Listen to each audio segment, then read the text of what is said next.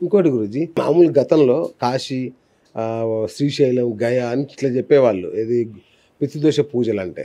మీరు స్పెసిఫిక్‌గా గోకర్ణకే వెళ్ళాలని చెప్తున్నారు. ఈ ఆత్మలింగానికి ఈ యొక్క పితృదోష పూజలకున్న సంబంధం ఏంటసలు? ఆత్మలింగ దర్శనము అక్కడ మహాబలేశ్వరు ఇదే మనకు ఉండేటువంటి గోకర్ణ మహాబలేశ్వర టెంపుల్.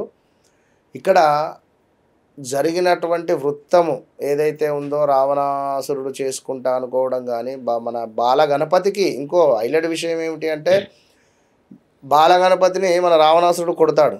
కొడితే ఇక్కడ దెబ్బ తాకుతుంది. ఆ సొట్టు కూడా ఉంటుంది. అంత అదే విగ్రహంగా ఉంటుంది అక్కడ. నైమిషారణ్యము అని ఉన్నది. ఓకే, కథలు మొత్తము కూడా సత్యనారాయణ స్వామి కథ కానీ, కేదారేశ్వర వ్రత కథ కానీ, దీపావళి కథలు కానీ, ఉమామహేశ్వర వ్రత కథలు కానీ, ఏ కథ అయినా నైమిషారణ్యంలోనే జరిగింది.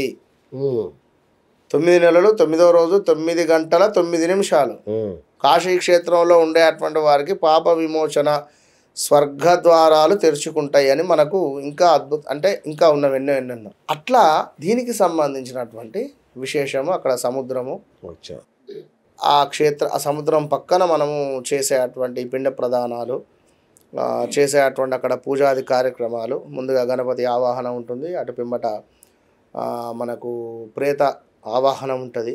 ఒక కొబ్బరికాయ నారియల్ పైన బూరిదియని కొబ్బరికాయకు ప్రేత ఆవాహనం ఉంటుంది. అటు పిమ్మట మనకు సుమారుగా కూడా రుద్రుడు, ఎక్కడైనా రుద్రుడే, ఈశ్వరుని అనుగ్రహమే కనుక ఆ క్షేత్రంలో అక్కడ ఆ విధమైన అనుగ్రహం తనకు ఉంది.